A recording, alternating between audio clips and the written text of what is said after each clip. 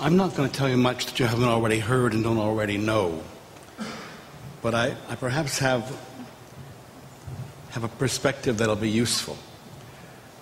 The object here is to protect democratic participation, and that's, as we've heard, not an easy thing to do now, nor is it going to be easy under any of the proposals that we've heard.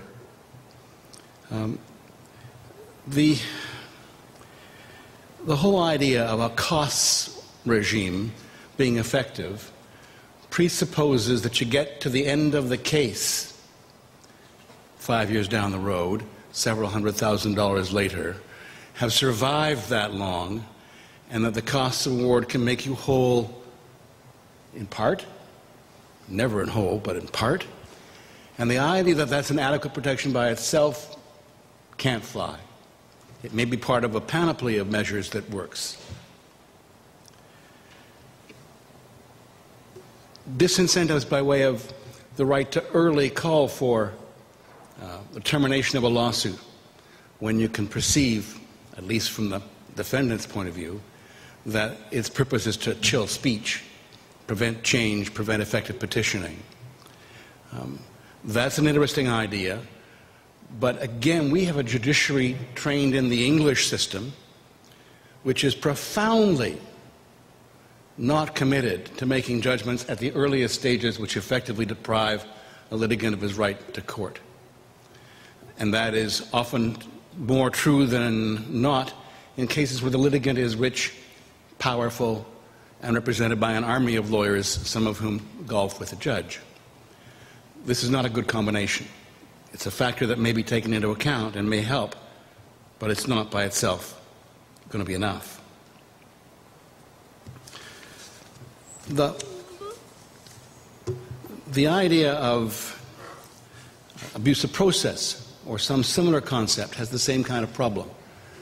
You've got to hire lawyers to show an abusive process. You've got to spend your time in court proving that on its face or on a probability or make some showing that the lawsuit is meritless aside from its desire to impose a gag on free speech. And that again looks at many thousands, perhaps hundreds of thousands of dollars and many years later before you can do that if you're facing a well-armed and funded opponent to whom $500,000 is really not much to worry about. And very often that is the case. The idea that David put forward is an interesting one, and I had not thought of it before. We give a lot of lip service to free speech, and we think we live in a regime of free speech. But what would happen if we really declared that any speech narrowly focused on social change, on issues of public involvement and importance, was free? It's a very different regime than the one we look at now. The laws of libel, the laws of tort, conspiracy to injure, all would require serious revision. But if you focused it narrowly, so that it's not anything you say on the subject matter of the proposed new tower at X location, you're not protected if you say that the guy's gay or his wife is a prostitute. But if you focus it really on public speech and made that aspect free, either from tort, criminal, or libel considerations, that might not be such a shock that our culture could not get away with it. And I don't propose it as the absolute solution, but I say again, that is one technique that might be helpful. So ordinary SLAPPS suit features that you've heard about tonight are good. But there is one overriding consideration in favor of doing one or all of these. It's this. They send a message to government, from government, to litigants, to people who want projects to proceed, to people who want to speak up, and yet want to be free from the fear of losing their home and their families. And the message is, we favor this kind of narrow-focused free speech on public issues. And we favor it enough that we're going to protect you about it. And that message is not the one that gets sent at the moment. The message at the moment is, if you can afford to hire the team of lawyers of your choice and litigate for the next 5 years, you can drive all opposition into the ground effectively. Oh yeah, a few crazies will follow through.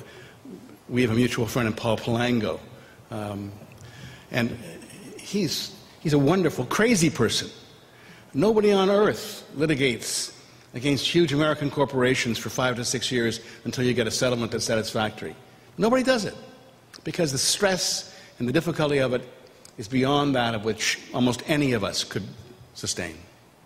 So I say, yes, these are all good ideas, and the message to be sent by enactment of a statute from government to the public is, we are actually going to protect public participation in public speech.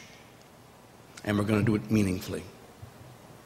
And that message is an important one. Whether the law is finely tuned or not, whether it's as effective as we might wish or not, the understanding that the playing field has changed will be of huge assistance.